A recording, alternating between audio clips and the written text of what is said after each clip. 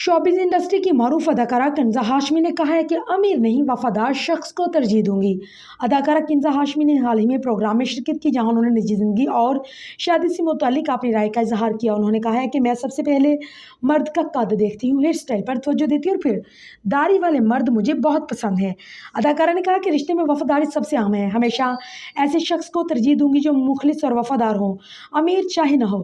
किंज़ा हाशमी का कहना था कि मोहब्बत हमेशा हकीकी ताल्लुक को मर्द के माली स्टेटस या बैंक बैलेंस पर तरजीह नहीं दूंगी। एक सेगमेंट में अदाकारा ने ज़वेयार नोमान को हमजा सुहेल पर तरजीह दी, जबकि क्रिकेटर में बाबर आजम को शादाब खान पर मुंतखब किया। उन्होंने कहा कि उनका सबूर खान के साथ एक रूहानी रिश्ता है। जब उनकी शादी का दिन था तो वो बेहद खुश थे।